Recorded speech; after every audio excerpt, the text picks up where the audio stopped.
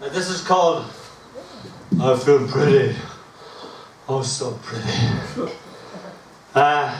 Tilly used to come in at 4 o'clock in the morning and she used to bomb in and jump on top of us. We were just a poor, naked mountain of flesh. I was more mountainous than my wife was.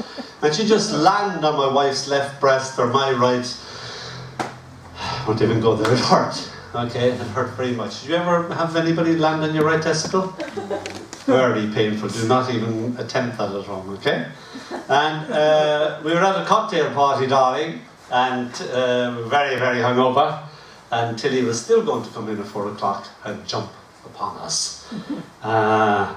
This is called I Feel Pretty. Oh, so pretty. I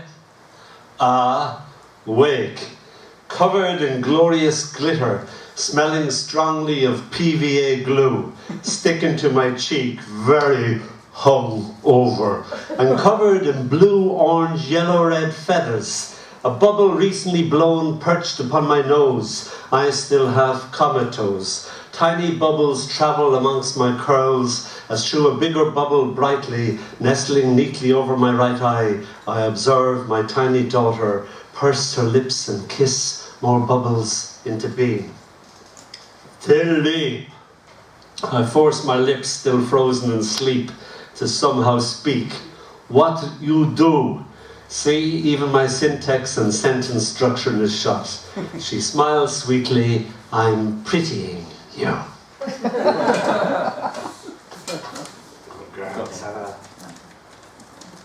This is called an I Wave Back. If you set your body clocks back to 1969, this is when this happens. It's called an I Wave Back. Outside the hatch he turns slowly and talks, but I can't make out the words he says. They fall from his lips, dangle and float in space. Outside the backyard fence, a hill grabs the moon and then slowly lets it go again. The moon floating past, just out of reach, laughs, go on, do that again. The hill smiles, just you wait, just you wait. The moon beams as a little bird gingerly, as if at first unsure, steps out into space and then finds flight take hold of it, as if it had only discovered it that minute and absconds with it. The darkness barks and falls into silence, and then another part of the darkness barks back. Held in gentleness, a leaf tiptoes down the breeze, as if descending a spiral staircase. Time holds its breath. Outside the hatch, flat on his back, the earth, the little blue ball he has let go of. The astronaut slowly turns and waves, and I wave back. This is called The Latest Score.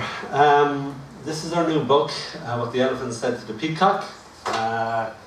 If you want to know what the elephant said to the peacock that desperately, he said all the poems in the book, including Jeremy's, including mine. There you go. And the competition is run for the memory of my brother Brian, who died 2 years ago. So this is called The Latest Score. Glasses have to be lost again. I feel you in my bones. You walk when I walk. The shadow of you in my voice. You talk when I talk. How you get in there? I laugh with your laughter. Don't believe in graves, you answer. Breathing with my breath, speaking the wordless words. Don't believe in death either. You add to your hypothesis as if further proof were needed. You jump around in my blood, hijacking my pulse. Hiya, bud, you say, thinking with my thoughts in that same slow, easy drawl. This is where the dead go when they die. I know the living ghost of my brother would never lie. Hey, says my never-forgotten brother, go easy on the ghost stuff, he smiles. Don't believe in ghosts either. The dead live inside those they love. I complete the sentence for him, thinking now with his thoughts. Now we both laugh with the same laugh. So, what's the latest score? Looks like we're winning. Thank you. Well, finally, this is called Now We Is 60. I used to be, like Kyle, a teacher, and I am that no more, thank heavens. I was teaching year 7, and I went in, and there was no work set for me, as many a time happens. and I asked them what they did last week, and there was complete and utter silence. And in case I got them to do more of what they were doing last week. But there's always a Richard Hawtrey at the back of the room. And Richard Hawtrey puts up his hand and says, "Please, sir, we was doing the spinach armada." I said, "The spinach armada?" So the next day I brought in loads of spinach and Jaffa oranges, and we bombarded the spinach armada. I then said, "What were you doing the week before that?" And again, it was utter silence until the little Richard Hawtrey put his hand up and said, "Please, sir, Anne of Cleavage." I thought, I'm not even going to go there. Thank you very much. No, I wasn't really having a bad day. And I went into year 8. And year 8, we're all doing pirate voices. And it was miles away from National Pirate Day. And they're all O-R-ing me like that. And I thought, I'll have to play them at their own game. So I turned to the board and said, "O-R, the sail on the hypotenuse is equal to the sum of the 2 sails on the other 2 sides." And after that, they left me alone. That's how I got to write, "Now he is 60. A year 8 child inquires how old I be. "I be just 60. He gasps, "My God, you're very active for 60.